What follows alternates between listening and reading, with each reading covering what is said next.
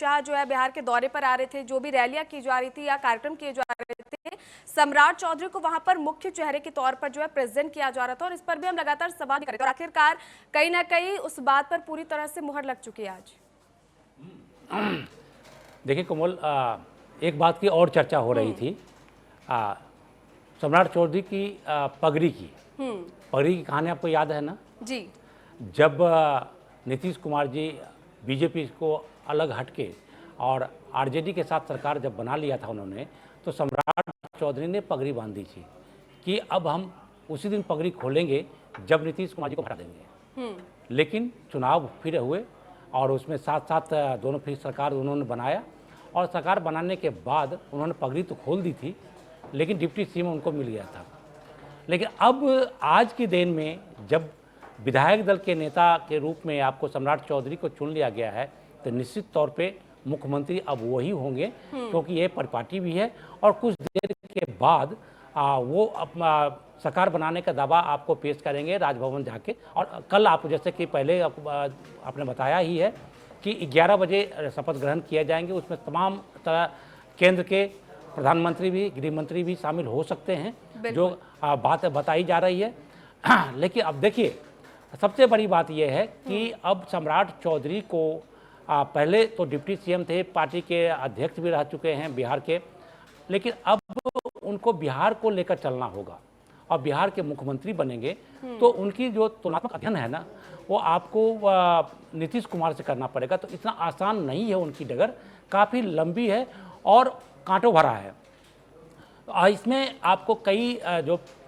5 उनके दल हैं, पांचों को साथ लेके, 5 के जो नेता हैं, कार्यकर्ता हैं, उनको साथ लेकर आगे बढ़ना पड़ेगा और तभी जाकर वो आगे जाकर सफल भी हो सकते हैं। देखिए, दूसरी तरफ बीजेपी की जहां तक बात है, तो बीजेपी काफी समय से प्रयास करती थी, लेकिन मुख्यमंत्री वो नहीं बना पाई और अब आज जाके वही नीतीश कुमार के समर्थन से और उनके मोर्चा में आकर फिर अब उन्होंने अपना मुख्यमंत्री इस रूप में बनाया है। अगर तो ये बहुत बड़ी कामयाबी है बीजेपी के लिए, चाहे जदयू के समर्थन से ही, दूसरे पार्टी के समर्थन से ही आखिर मुख्यमंत्री का जो पद था उन्होंने नीतीश कुमार से ले ही लिया और आगे आने वाले समय में बीजेपी तो निश्चित रूप से अपर हैंड होगी और जदयू का क्या भविष्य होगा ये थोड़ा सा तय करना मुश्किल हो रहा है, क्योंकि एक विश्लेषक के तौर पर यही माना जाता है कि जिस पार्टी के मुख्यमंत्री होते हैं अपर हैंड उसका होता है और उनके ही नीतियां अधिक बलवती होती, चाहे जितने भी आप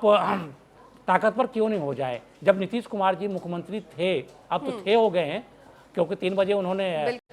दे दिया है, इस्तीफा दे दिया है, अब नए मुख्यमंत्री के भी चुनाव लगभग हो गए हैं। तो ऐसे में अब बीजेपी की तौर पे नेतृत्व में सरकार चलेगी और सहयोगी के तौर पे आप जदयू होंगे। तो जदयू के अब जो डिमांड है, जो हमारे पास जानकारी है, उसके हिसाब से 2 डिप्टी सीएम की बात कही गई है, जिसमें जो निशांत की बात चल रही थी, निशांत डिप्टी सीएम होंगे।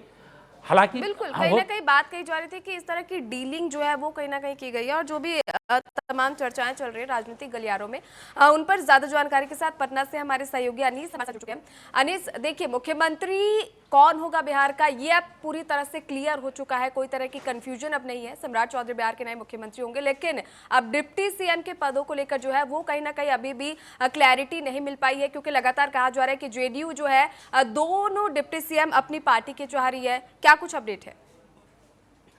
देखिए, मैं बता दूं आपको कि मुख्यमंत्री के तौर पर जो है वो विधायक दल जनता दल यूनाइटेड की भी और बीजेपी की भी। तो बीजेपी के तरफ से जो है वो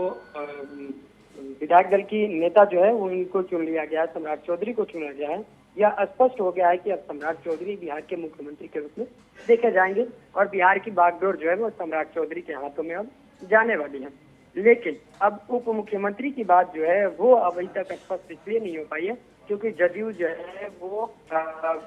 2 मुख्यमंत्री का दावेदार किया है और जदयू के द्वारा ये कहा जाता है कि हमें जो है 2 डिप्टी सीएम चाहिए। लेकिन अब 2 डिप्टी सीएम में जो है वो नाम जो है तेज चल रही है नाम की, वो है पहले नीतीश कुमार के बेटे निशांत कुमार और यहाँ के जो वित्त मंत्री विजेंद्र कुमार थे उनका नाम चल रहा है। अब देखने वाली बात है कि क्या इन दोनों लोगों को जो है वो पार्टी कितनी जो है वो इन पर बिल्कुल अनीस, लौटेंगे आपके पास। फिलहाल शिवराज सिंह चौहान क्या कुछ कह रहे हैं, आपको सुनाते हैं।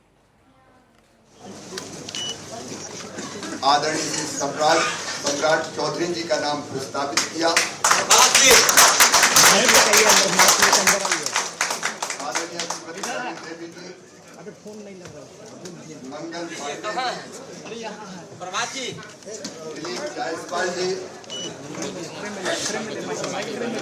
राघवेंद्र प्रताप सिंह जी, विष्णु कुमार ऋषि जी, आप सबने विजय कुमार सिन्हा जी द्वारा प्रस्तावित सम्राट चौधरी जी के नाम का प्रस्ताव का समर्थन किया और पूरे हमारे विधायक दल ने, विधानमंडल ने सर्वसम्मति से श्री सम्राट चौधरी जी के नाम का समर्थन किया और इसलिए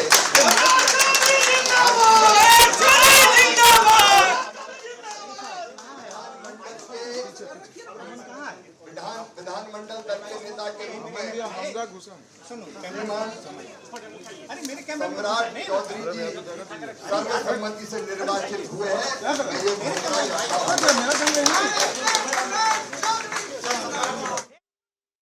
तो बिल्कुल केंद्रीय मंत्री शिवराज सिंह चौहान को आप सुन रहे थे, जिन्होंने